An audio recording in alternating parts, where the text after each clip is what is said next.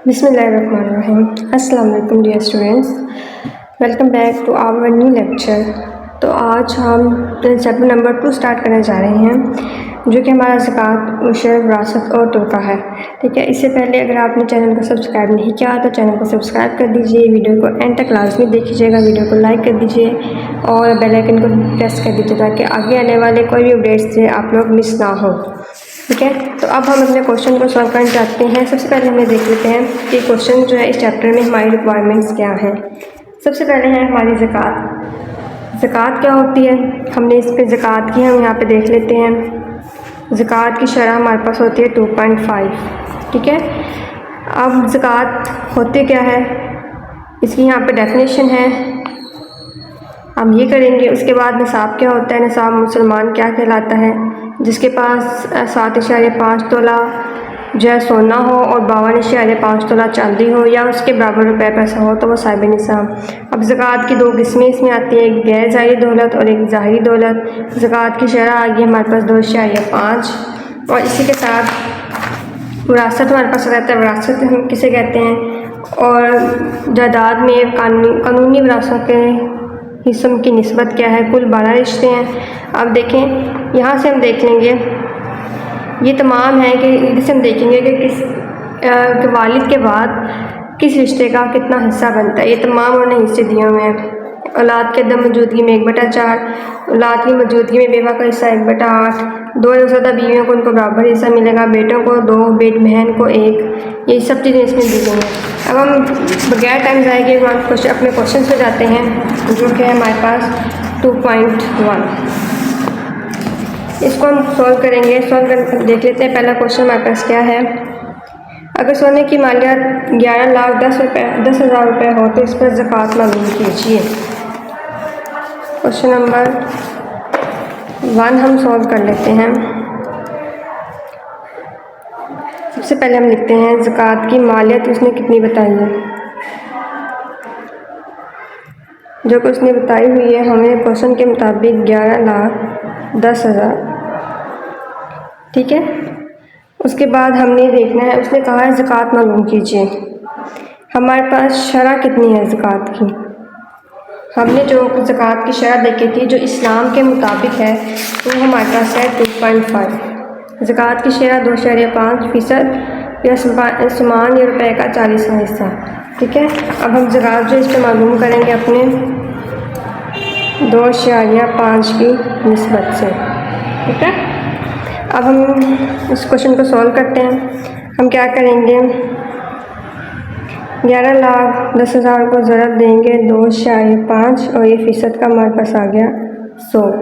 अब यहाँ पे हमारे पास इशारे को हम कैसे सॉल्व करते हैं, इशारे की जगह हम 1 और जितनी रकम होती है उतनी हम सिफर लगाते हैं। यहाँ पे 1 रकम है तो सिफर, 100 को मल्टीप्लाई कर देंगे 10 के साथ।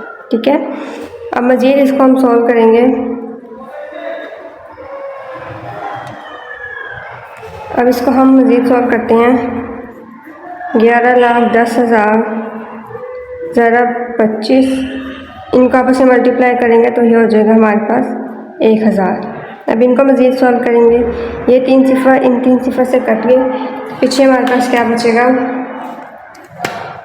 11,10 को हमने ज़रब देनी है 25 के साथ, तो ये हमारे पास आ गया 27,750। 27,750, तो ये हमारे पास आ गई है ज़कात। ठीक है, ये हमारे पास इस क्वेश्चन का आंसर आ गया। क्वेश्चन नंबर 1 सॉल्व हो गया। अब हम चलते हैं क्वेश्चन नंबर 2 की तरफ। क्वेश्चन 2 में हमें क्या कह रहा है, अगर चांदी की मालियत 3 लाख रुपए हो तो इस पर ज़कात मालूम कीजिए। अब सोना चांदी दोनों पे हमने ज़कात की शरह जो है वो सेम ही होती है, तो हम सबसे पहले चांदी की देख लेते हैं, रकम लिखते हैं। यहाँ पे चांदी की मालियत देख लेते हैं।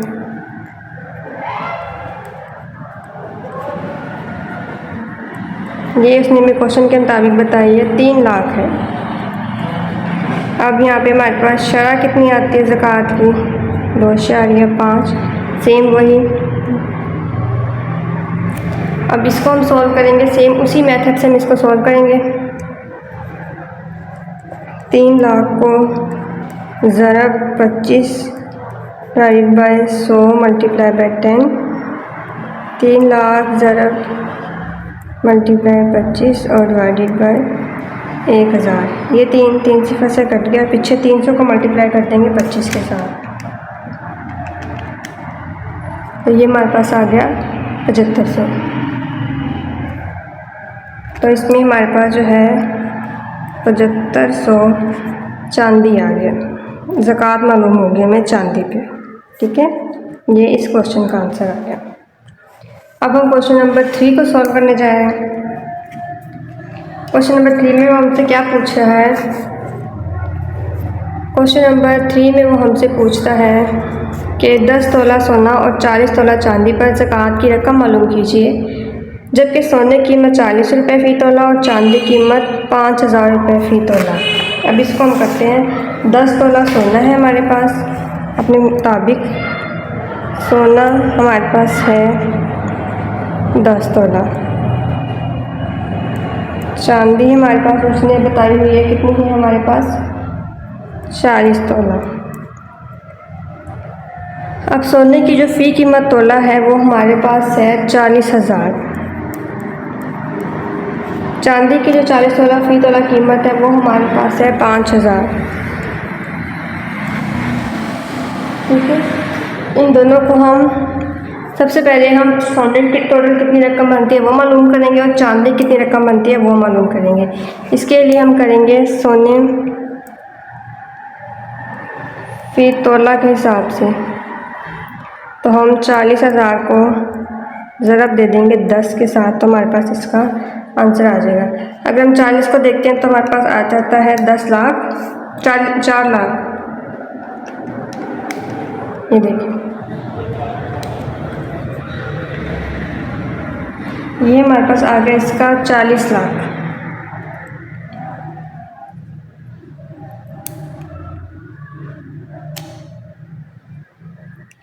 ठीक है, ये हमारे पास आ गया।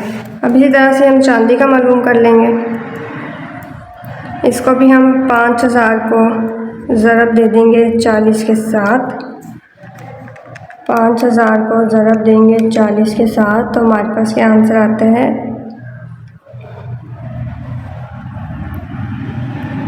20 लाख। ठीक है, अब हमारे पास ये रकमें आ गई। अब हमने इन दोनों पे है जो ज़कात मालूम करनी है। अब यहाँ का हमारे पास तरीका ये है कि हम 40 लाख और 20 लाख इन दोनों को हम आपस में जमा करेंगे।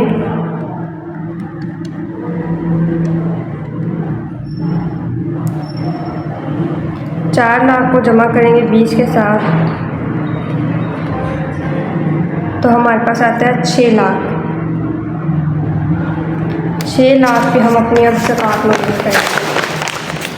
यहाँ पे हम लिखते हैं कुल रकम हमारे पास कितनी है। हमारे पास है 4 लाख, जमा कर देंगे 2 लाख,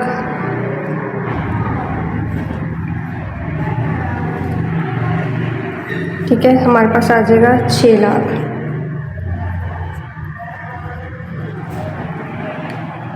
ये हमारे पास आ गई है इसकी कुल रकम। अब हम इस रकम पे जो है ज़कात मालूम करेंगे।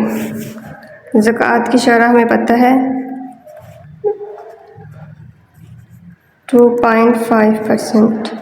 अब हमने 6 लाख का 2.5% लेंगे, 25 डिवाइडेड बाई 100, 25 को 100 के साथ ज़रब 10 के साथ, इशारिया ख़त्म होगा तो 10 आ गया। ठीक है,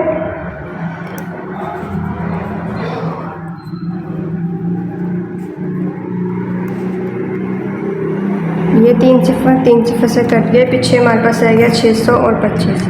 600 को ज़रब देंगे 25 के साथ, हमारे पास आ गया 15,000। ये हमारे पास इसका आंसर आ गया कि सोना और चांदी दोनों पर हमें 15,000 जो है वो ज़कात देनी होगी। अब हम चलते हैं अपने क्वेश्चन नंबर 4 की तरफ।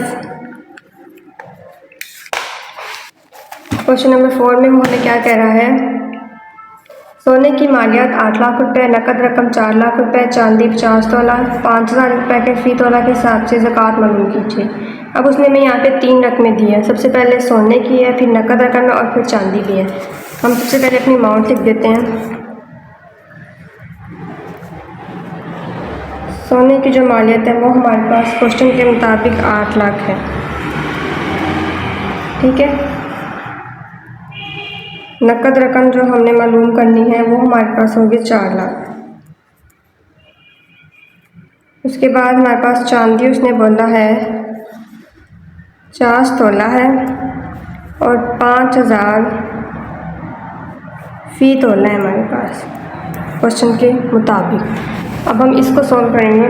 सबसे पहले हम चांदी को मालूम करेंगे, तो हम 5,000 को मल्टीप्लाई कर देंगे 50 के साथ, ये हमारे पास चांदी आ जाएगी। मल्टीप्लाई किया 50 के साथ तो हमारे पास आ गया 25, 2,40,000 आएगा, ठीक है।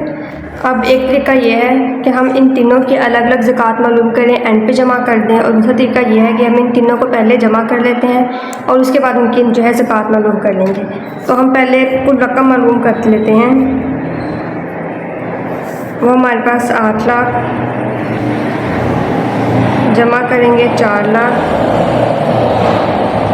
और फिर जमा करेंगे 2,40,000। इन तीनों रकमों को जमा करेंगे तो हमारे पास आंसर आ जाएगा।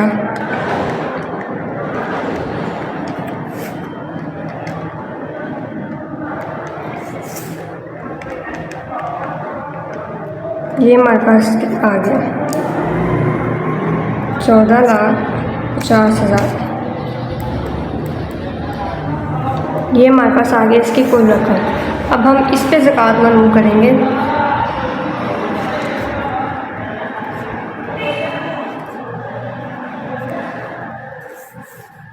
टू 2.5%।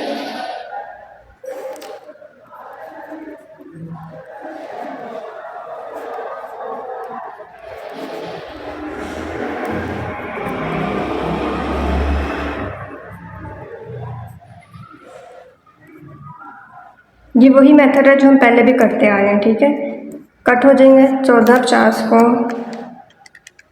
मल्टीप्लाई हम करेंगे 25 के साथ तो हमारे पास आ जाता है 36,250, ठीक है। 36,250 ये हमारे पास जो है इसकी कुल रकम आ गई है। क्वेश्चन नंबर 4 हमारे पास इसका आंसर आया है 36,250, यानी कि सोने की मालियत, सोने, नकद रकम और चांदी पे कुल ज़कात जो है वो 36,250 रुपये आएगी। अब हम चलते हैं अपने नेक्स्ट क्वेश्चन की तरफ, क्वेश्चन नंबर 5 की तरफ।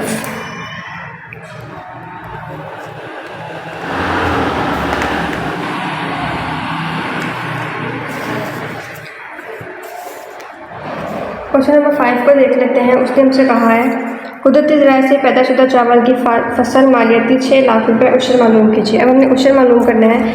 उशर की जो हमारे पास डेफिनेशन दी गई है वो ये है, ठीक है। यहाँ हम देख लेते हैं कि कुदरती ज़राए से ज़मीन से काश की गई ज़रूरी पैदावार 10% की शरह से अदायगी को उशर कहते हैं। ताहम मसनूई ज़राए से ज़मीन से काश की गई ज़रूरी पैदावार पर उशर की अदायगी की शरह 5% होती है। कुदरती ज़राए से हम 10% लेंगे और मसनूई ज़राए से हम 5% की शरह से लेंगे। अब हमारे क्वेश्चन के मुताबिक हम देख लेते हैं। उसने कहा है कुदरती ज़राए यानी कि 10% के हिसाब से हम उशर मालूम करेंगे। सबसे पहले हम लिख लेते हैं फसल की मालियत कितनी है हमारे पास। तो फसल की मालियत हमारे पास है 6 लाख। उशर मालूम करेंगे, वो हमारे पास कितना है 10% कुदरती ज़राए से, ठीक है। 6 लाख को सिंपली हम 10% से मल्टीप्लाई और फिर 100 पे डिवाइड कर देंगे। मल्टीप्लाई करेंगे 10 के साथ, डिवाइड कर देंगे 100 पे, तो हमारे पास कितना आता है 60,000। ये हमारे पास इस क्वेश्चन का जो है आंसर आ गया, ठीक है।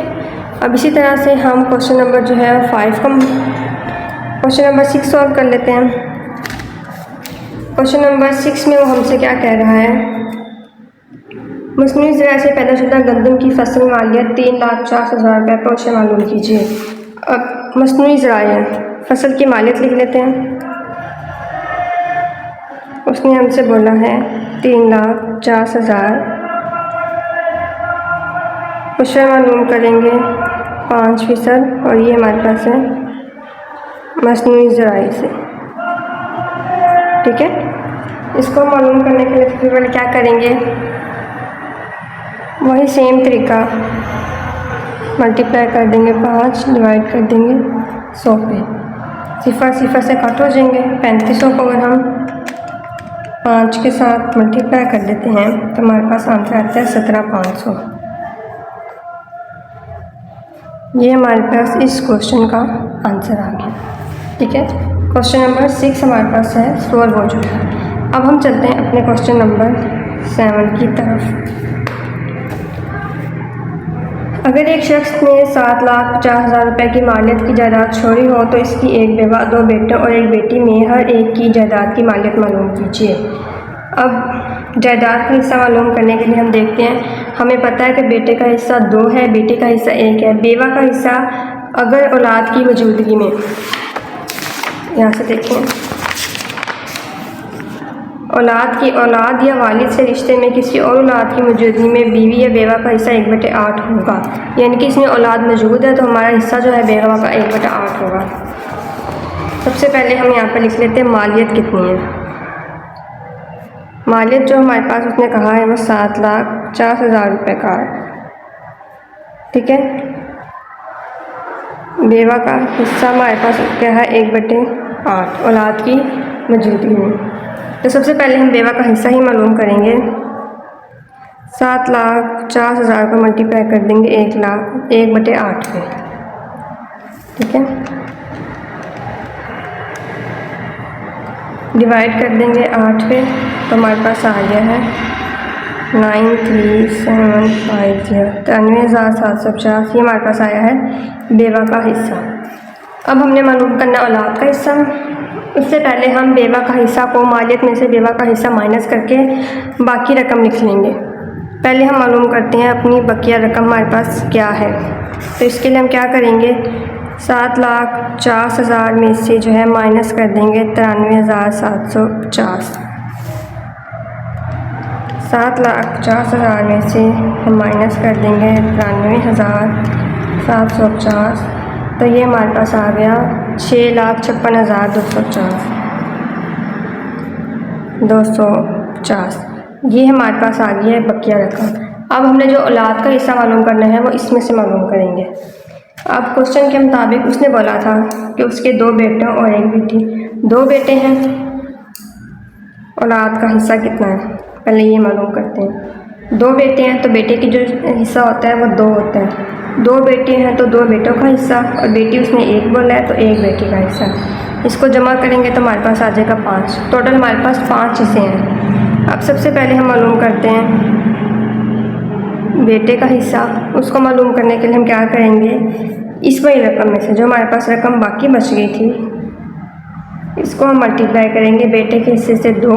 टोटल हिस्से हमारे पास हैं 5, हमारे पास इसका आंसर आ जाएगा। इसी तरह से बेटे का हिस्सा मालूम करेंगे तो सेम इसी रकम से जो हमारे पास बाकी बच गई थी, लेकिन बेटी का हिस्सा हमारे पास 1 होता है, 1 और कुल हिस्से 5, इनका हिस्सा मालूम करेंगे। ठीक है, सबसे पहले बेटे का हिस्सा मालूम करते हैं। 6,56,250 में से ज़रब कर दें 2 के साथ, तकसीम कर दें 5 के साथ, तो ये हमारे पास आ गया 56,000।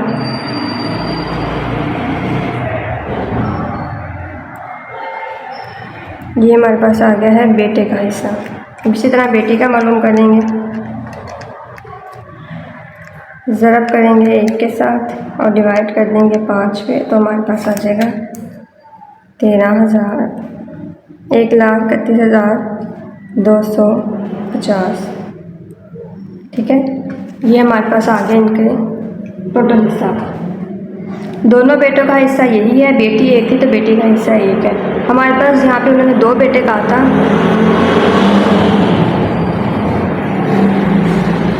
यहाँ पे उन्होंने हमारे पास जो है वो 2 बेटे कहा था, तो हम 2 बेटे का हिस्सा मालूम करने के एक का मालूम करेंगे, एक का मालूम कर लेंगे, एक का मालूम करेंगे, जो एक का हिस्सा आएगा वही दूसरे बेटे का हिस्सा आएगा। ठीक है, क्वेश्चन नंबर हमारे पास 7 है, यहाँ पे सॉल्व हो गया। अब हम चलते हैं अपने नेक्स्ट क्वेश्चन की तरफ।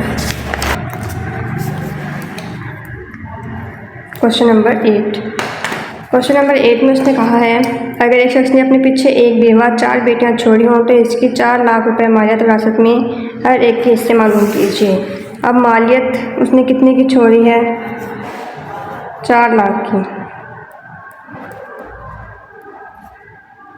ठीक है, बेवा का हिस्सा वही तरीका मालूम करेंगे। औलाद मौजूद है तो 1/8। सबसे पहले हम 4 लाख का मल्टीप्लाई कर देंगे 1/8 के साथ।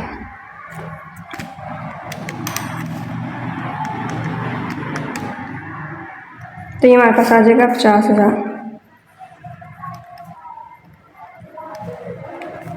मल्टीप्लाई करेंगे तो 4 लाख ही आएगा, डिवाइड करेंगे 8 पे तो हमारे पास आ जाएगा 400। अब 4 लाख में से हम मालूम करते हैं बकिया रकम, ताकि हम बेटियों का हिस्सा मालूम कर सकें। तो हम क्या करेंगे, 4 लाख में से माइनस कर देंगे 50,000 को। हमारे पास इसमें से कितनी रकम आ जाएगी? 3,50,000 करके देख लेते हैं। माइनस कर देंगे 50,000 को, 3,50,000। ये हमारे पास आ गई बकिया रकम। अब हमने मालूम करना है बेटी का हिस्सा। उसने बोला था उसकी 4 बेटियां, तो चारों बेटियों का एक एक हिस्सा हम यहाँ पे लिख देंगे। ठीक है, जमा करेंगे तो हमारे पास आ गया 4। अब बेटी का हिस्सा मालूम करने के लिए क्या करेंगे, ये रकम लेंगे 3,50,000 ज़रब 1/4। इसी को हम डिवाइड कर देंगे 4 पे, तो ये हमारे पास आ गया है 8,75,000।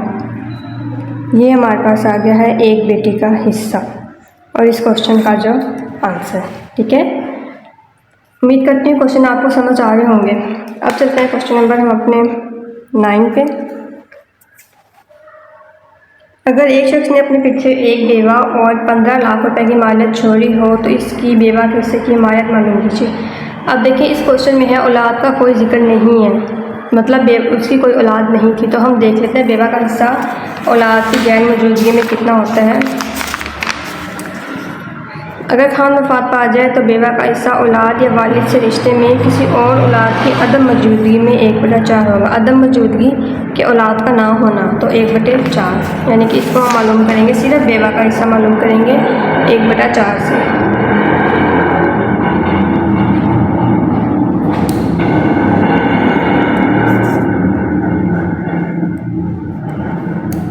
मालियत उसने छोड़ी थी 15 लाख रुपए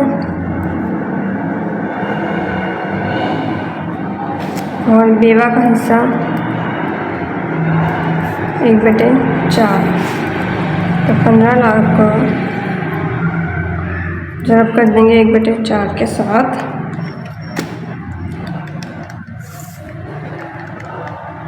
डिवाइड कर देंगे 4 पे। 1/4 से मल्टीप्लाई करेंगे तो वही आंसर।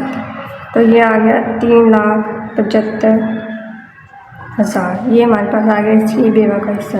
ये क्वेश्चन इतना ही सॉल्व होगा क्योंकि उसने कहा है क्योंकि सिर्फ बेवा है, कोई औलाद नहीं है।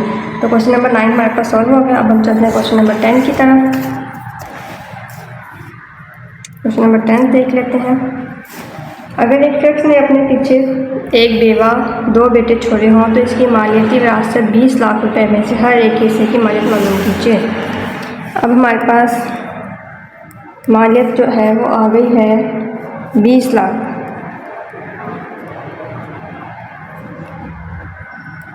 बेवा का हिस्सा अब आएगा 1/8 क्योंकि उसके 2 बेटे हैं। तो पहले 20 लाख का बेवा का हिस्सा मालूम कर लेते हैं।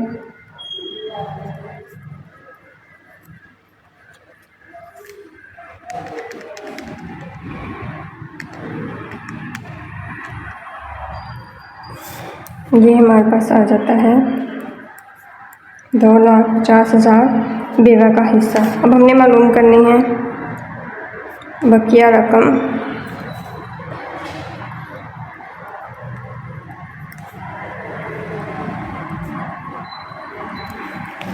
तो 20 लाख में से माइनस कर देंगे 2,50,000 को, तो हमारे पास आ जाती है 17,50,000। अब हम मालूम करेंगे बेटे का हिस्सा। उसने बोला था बेटे 2 हैं, तो जो 2 जमा 2 करेंगे हमारे पास आ जाएगा 4। अब हम 17,50,000 में से ज़रब कर देंगे 2/4 को। 17 और 50,000 में से ज़रब 2 डिवाइड करेंगे 4 पे, तो ये हमारे पास आ जाता है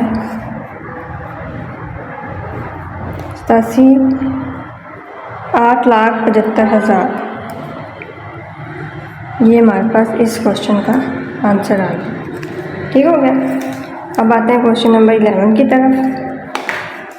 क्वेश्चन नंबर 11 में हमसे क्या कह रहा है, असगर ने एक जायदाद 4,80,000 रुपये की छोड़ी। इसने अपने पीछे एक बेवा, 3 बेटे और 4 बेटियां छोड़ी। जायदाद में हर एक हिस्से की मालियत मालूम कीजिए।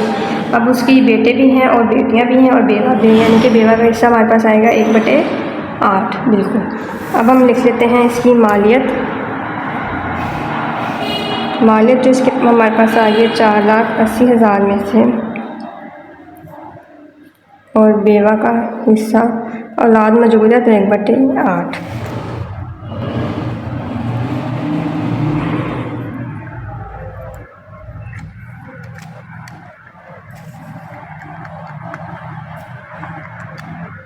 ये हमारे पास आ गया है 60,000।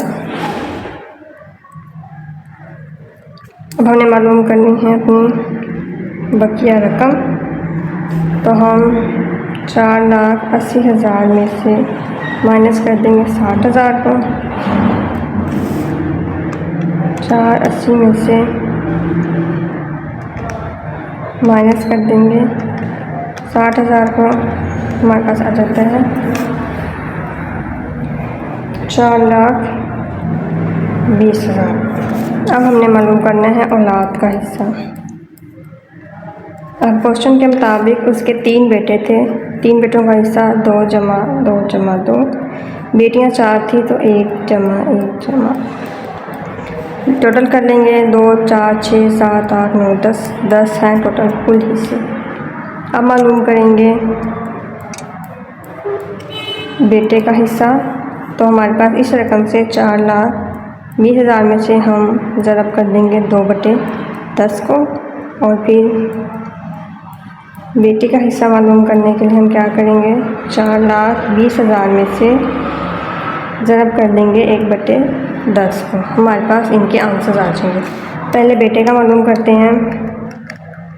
मल्टीप्लाई किया 5 के साथ, डिवाइड किया 10 के साथ, तो ये हमारे पास आ गया 2,10,000 जो है वो हमारे पास आया बेटों का हिस्सा। अब बेटी का मालूम करने के लिए 4 डिवाइड कर देंगे 10 के साथ, तो हमारे पास आ गया 42,000। ठीक है, ये हमारे पास आ गया है बेटियों का हिस्सा। क्वेश्चन नंबर 11 भी सॉल्व हो गया है। अब इस एक्सरसाइज का हम सबसे लास्ट क्वेश्चन जो है वो सॉल्व करने जा रहे हैं, जो कि है क्वेश्चन नंबर 12। क्वेश्चन नंबर 12 के मुताबिक नजीब ने 4 लाख रुपए अपने वर्षा में छोड़े। इसने अपने पीछे एक बेवा छोड़ी, जबकि इनके यहाँ कोई बच्चा ना था। नजर की बीवी का हिस्सा मालूम करें। अब जब औलाद मौजूद नहीं है तो हमें पता है कि जो उसका हिस्सा है वो कितना होगा, बेवा का 1/4। ठीक है, मालियत इसने छोड़ दिया 4 लाख की और बेवा का हिस्सा 1/4। इसको अब हम सॉल्व कर लेते हैं। 1/4 के साथ 4 लाख को डिवाइड कर देंगे 4 पे, हमारे पास आ जाएगा 1 लाख। ये हमारे पास इस क्वेश्चन का आंसर है। ठीक है, तो आज हमारी जो है हमने क्वेश्चन चैप्टर नंबर 2 एक्सरसाइज 2.1 जो है कंप्लीट सॉल्व कर लिया। इस चैप्टर में सिर्फ एक ही एक्सरसाइज थी, वो आज हमने सॉल्व कर लिया। उम्मीद करती हूँ कि आपको जो है क्वेश्चन की तरीके समझ आई होगी। आज के लिए इतना ही। मिलते हैं अगले लेक्चर में। तब तक के लिए चैनल को सब्सक्राइब कर दीजिएगा, वीडियो को लाइक कर दीजिएगा, बेल आइकन को प्रेस कर दीजिएगा ताकि आगे आने वाली कोई भी अपडेट जो है आप मिस ना करें। अपना बहुत सा ख्याल रखिएगा। अल्लाह हाफिज़।